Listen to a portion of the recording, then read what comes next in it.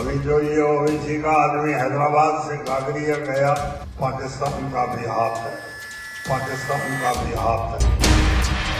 अमीन खान साहब, अब हम आपसे कह रहे हैं कि इंशाअल्लाह ताला आप दोबारा इस विधानसभा से विधायक नहीं बनेंगे। इंशाअल्लाह ताला विधानसभा से विधायक नहीं बनेंगे इंशाअल्लाह ताला। नमस्कार, मैं हूं प्रदीप और आप देख रहे हैं थिंक 360। राजस्थान की राजनीति में असदुद्दीन ओवैसी की एंट्री के बाद भाजपा और कांग्रेस दोनों ही अपने समीकरणों को अलग अलग तरीके से देखने में जुटी हुई है। इसी बीच कांग्रेस के कद्दावर नेता अमीन खान का बयान आया है। अमीन खान हाल ही में राजस्थान विधानसभा में सन 2022 के बेस्ट विधायक चुने गए हैं। उन्होंने कहा है कि असदुद्दीन ओवैसी को पाकिस्तान से ये इशारा हुआ है कि वो बाड़मेर की शिव विधानसभा में जाके अपनी राजनीतिक यात्रा शुरू करें और अमीन खान को पटखनी दे। असदुद्दीन ओवैसी ने अमीन खान के लिए अपने मंच से जो कहा वो आप इस वीडियो में सुनिए। अमीन खान साहब, अब हम आपसे कह रहे हैं कि इंशाअल्लाह ताला आप दोबारा इस विधानसभा से विधायक नहीं बनेंगे इंशाअल्लाह ताला। सुना है कि आप अपने बेटे को तैयार कर रहे हैं। अमीन खान साहब, हम भी अपने बेटों को तैयार कर रहे हैं। इन दोनों के दरमियान से हम भी तैयार कर रहे हैं और ये बेटे तुम्हारे बेटे पर बहुत भारी पड़ेंगे और वही कामयाब होगा इंशाअल्लाह। ये राजा रजवाड़े खत्म हो गए कि बाप के बाद बेटा। अरे जो काबिल होगा, जिसके दिल में अल्लाह का खौफ होगा, जो गरीब और मजलूमों के लिए मर मिटने का जज्बा होगा, जो जालिमों से पंजा आजमाई करेगा, वही गरीबों का नेता बनेगा। वो वक्त जा चुका कि महल में पैदा होने वाला राजा बनेगा। अब ये वक्त झोपड़ी में पैदा होने वाला उदारा मेगावाल विधायक बनेगा इंशाअल्लाह ताला। तो जैसा कि आपने देखा कि ओवैसी ने एक राजनीतिक बयान अमीन खान के खिलाफ दिया और अमीन खान ने क्या कुछ ओवैसी के लिए कहा है वो आप इस वीडियो में देखिए। जो बेईमानी धोखाबाजी का धंधा है, इनसे सावधान रहो।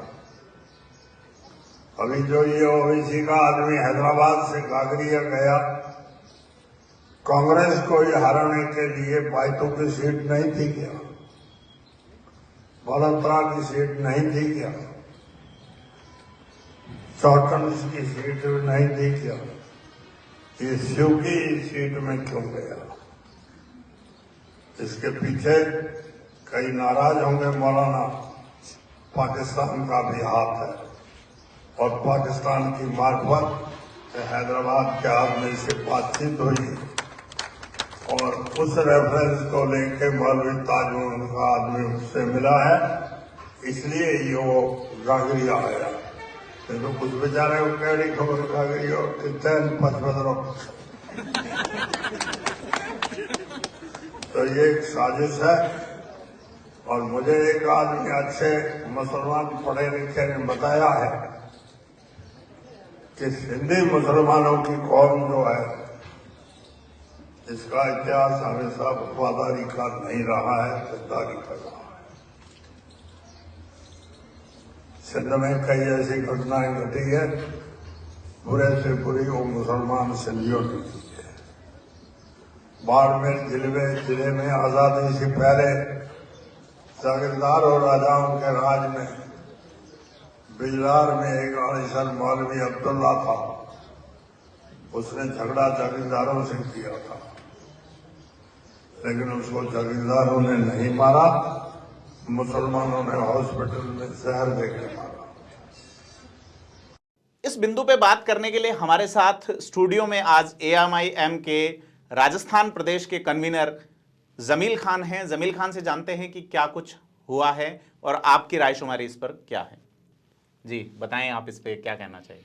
जी, मैं इसके बारे में क्या बोलूँ। अमीन खान साहब बहुत सीनियर विधायक हैं, काफ़ी टाइम से शिव से विधायक बनते आ रहे हैं, लेकिन मुझे नहीं लगता कि अमीन खान साहब की पर्सनल कोई राय है। ये मुझे कांग्रेस की राय लगती है। मैं कांग्रेस एज ए पार्टी बात करूँगा। अमीन खान साहब पे हो सकता है कोई दबाव हो या उनके विधानसभा क्षेत्र में असद साहब की सभा हुई है इसलिए वो थोड़े बौखलाए हुए हैं, इसीलिए उन्होंने उस वीडियो में बोला भी है कि बायतू क्यों नहीं गए, बालोतरा क्यों नहीं गए, चौहटन क्यों नहीं गए, शिव ही क्यों चुना। वैसे आपकी सभा बहुत अच्छी रही, उसमें भीड़ भी काफ़ी थी, तो हो सकता है कि वो आने वाली पीढ़ी को एडजस्ट करने के लिहाज से काम कर रहे हों और उसमें आप खलल डाल रहे हों। बिल्कुल, बेशक ये बात तो तय है, सभी जानते हैं कि वो अपने बेटे को तैयार कर रहे हैं वहाँ। असद साहब ने बाकायदा बोला है स्टेज से ये बात कि आप अपने बेटे को तैयार कर रहे हैं, हम भी यहाँ अपने बेटों को तैयार कर रहे हैं। जी, तो इंशाल्लाह हम वहाँ चुनाव लड़ेंगे, और ऐसा नहीं है कि किसी की बपौती थोड़ी है कोई सीट। जी, जी। पर असद साहब का जो आरोप था, असदुद्दीन ओवैसी का, वो था कि डेवलपमेंट नहीं हुआ या अमीन खान की जो पॉलिटिक्स है उसको लेकर, लेकिन उनका हमला सीधा निजी हमला है ना, और कनेक्शन विद पाकिस्तान बताया गया है। तो पाकिस्तान और अमीन खान को लेकर भी कई बार पहले चर्चा होती रही है। ये सभी लोग जानते हैं अमीन खान साहब और पाकिस्तान का क्या ताल्लुक रहा है। अमीन खान साहब ने खुद नहीं बताया, उनकी एक सिस्टर पाकिस्तान से ही हैं, तो उनके जाहिर सी बात है उनके संबंध हैं पाकिस्तान से। लेकिन बैरिस्टर असदुद्दीन ओवैसी साहब जो कि हमारी पार्टी के सदर हैं, राष्ट्रीय सदर, वो हैदराबाद में बैठे हैं। पार्टी यहाँ लॉन्च हुई है और हमारा फ़र्ज़ है, हम उनको बुलाते हैं यहाँ पर कि हम अलग अलग जगह सभाएं करना चाहते हैं, हम अपनी पार्टी को स्ट्रॉन्ग करना चाहते हैं। जी बिल्कुल। तो इस वजह से वो यहाँ आ रहे हैं। तो लेकिन अमीन खान साहब इतने बौखला गए उस सभा से, जिस तरह की भीड़ वहाँ लोगों का हुजूम आया, जी, कम से कम 50,000 से लाख लोग आए वहाँ पर, वो इतने बौखला गए कि उन्होंने पाकिस्तान से संबंध बता दिया असद साहब का। तो ये बड़ी अजीब सी बात है सर। इसी में जैसे आप ये करेंगे कांग्रेस का बयान है, लेकिन एक बयान उन्होंने ये दिया है, एक खास करके सिंधी मुसलमान जो वहाँ डोमिनेट करते हैं, तो उनको लेके उन्होंने बड़ा आपत्तिजनक बयान दिया है। मैं पहले तो वो बयान सुनवाता हूँ आपको। जो बेईमानी धोखाबाजी का धंधा है, इनसे सावधान रहो। अभी जो ये ओवैसी का आदमी हैदराबाद से कागरिया गया, कांग्रेस को हराने के लिए बायतू की सीट नहीं थी क्या, बालोतरा की सीट नहीं थी क्या, चौहटन की सीट नहीं थी क्या, ये शिव की सीट में क्यों गया? इसके पीछे कई नाराज होंगे मौलाना, पाकिस्तान का भी हाथ है, और पाकिस्तान की मार्फत हैदराबाद के आदमी से बातचीत हुई और उस रेफरेंस को लेके मौलवी ताजउल का आदमी उससे मिला है, इसलिए ये वो गागरिया आया। तो कुछ बेचारे को कड़ी खबर गागरिया और कितने पचपदरों, तो ये एक साजिश है। और मुझे एक आदमी अच्छे मुसलमान पढ़े लिखे ने बताया है कि सिंधी मुसलमानों की कौम जो है, इसका इतिहास हमेशा वफादारी का नहीं रहा है, गद्दारी का रहा है। सिंध में कई ऐसी घटनाएं घटी है, बुरे से बुरी वो मुसलमान सिंधियों की की है। बाड़मेर जिले में आजादी से पहले जागीरदार और राजाओं के राज में बिजलार में एक आलिशान मौलवी अब्दुल्ला था, उसने झगड़ा जागीरदारों से किया था, लेकिन उसको जागीरदारों ने नहीं मारा, मुसलमानों ने हॉस्पिटल में जहर देकर मारा। तो आप देख सकते हैं कि इस बयान में आपका क्या कहना है कि क्या अमीन साहब की उम्र हो गई है या राजनीतिक जो, क्या कहना चाहेंगे आप इसको?